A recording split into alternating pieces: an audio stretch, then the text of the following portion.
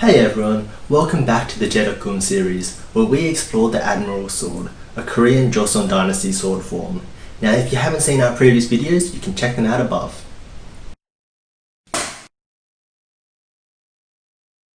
So today we'll be talking about the Bangjukse, the defensive posture. And an interesting thing about the Bangjukse is that it's only practiced on one side in the form, the Hyangwoo Bangjukse, which is the defensive posture to the right. Now there's two conclusions we can draw from this. The first is that there's only one side because it's only meant to be practiced in one way. And maybe it's because they want you to have a quicker instinctive pathway for it, for quicker muscle memory, or maybe it's because it's wrong. Because if you think about it, if you only ever defend to one side, you're completely vulnerable to the other side. So then we get to the second conclusion, which is that because there's a right side, a left side must also exist. Therefore, it's just not included in the form, but the Hyangwoo Bangjukse, the defensive posture to the right side, has a mirror image, the Hyangwoo Bangjukse, which is performed like this. So today I'm just going to talk in the Hyangwoo Bangjukse, the defensive posture to the right. And if you want to do the left way, you just basically just mirror it. So how you do the Hyangwoo Bangjukse is, in the Korean way, as is practiced in Korea, is a step into right long stance, and then a rising cut into a high forward guard. And they put a lot of emphasis on the blade being parallel to the ground and the tip facing due forward. And some say it's a cut against an oncoming attack. Other people say it's a parry with the flat. Either way, it's a very pretty form. So why does the Bangjukse look like this? And I think there's a couple of reasons. The majority of cuts that people do are downwards cuts. It's just the general default attack that people do. The other reason is because the tip faces forward, then it's a very protective posture against all attacks from the front, because opponents can't just charge in, otherwise they'll impale themselves on your blade. And also this stance gives you a lot of options to do, which I'll talk about later on. Now this sounds like a really good stance, but I have some issues with it, especially how the Koreans practice it. So the first is that a rising cut is a very long motion for a life-saving defensive posture. I think it should be a quick motion into the stance from any position really, and that the cut shouldn't be what parries it, it should be the stance itself that parries the attacks. The second thing is that the blade being parallel to the ground doesn't really help the parry or the follow-up because there's no slope to the blade.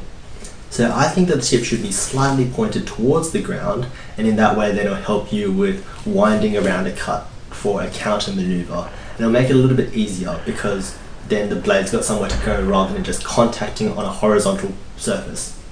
Now the final thing that I have with it is that the blade facing due forwards, I don't think it's a very good position because I think the blade should be angled towards the center line. That way then it prevents people from trying to slip to the left and then cut by getting away from it. Now you get a little bit more coverage towards the center.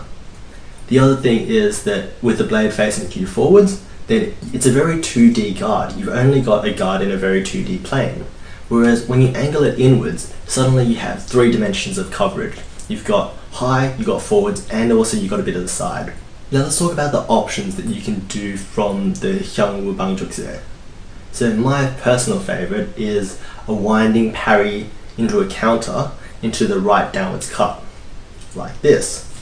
And I think it's just such a beautiful form because it's so effortless and it's easy and it's a very powerful strike. But honestly, you can do any of the Chukjukse positions, all 7 of them. So from the Hyangwoo Bangjukse, you can go into a vertical cut, you can do a downwards cut to the left, you can do a horizontal cut to the right, you can do a short horizontal cut to the left, you can do a rising cut to the right, and obviously you can do a rising cut to the left. Now apart from the Chukjukse, it also sets up really nicely for a stab. And also you can do a very short Jinjin Saljukse from it to add a lot of power into a cut. And especially if you do this motion and then move backwards, you can use the Jinjin Saljukse to chase them down. Now one thing I think that's lacking is a mid guard, and a high forwards guard is very protective against downwards cuts, but against rising and horizontal cuts it's not so effective. So I think that a mid guard like this should also be included. And And it's just really simple, you just pull it to the side. And while it may not be included in the form, I'm pretty sure Admiral Lee would have had something similar, because it's just a guard that you can't go without. It's an instinctive, easy guard to adopt. So that's it for the Bangjukse. You can see that it's a really easy stance, and there's only 2 variations per stance. Now, it's a very versatile posture, and also, it gives you a lot of options to follow up from. If you haven't seen our document down below, please check it out. It's completely free, and it's free to share with your friends. In it, you'll find the Korean form in a lot more detail than you'll find in other English translations of 무예도부통지, as well as my own personal interpretation typed up. Now, I typed this up to make it more accessible to the English-speaking community, so please do share it with your friends. With that, I'll see you on the next episode.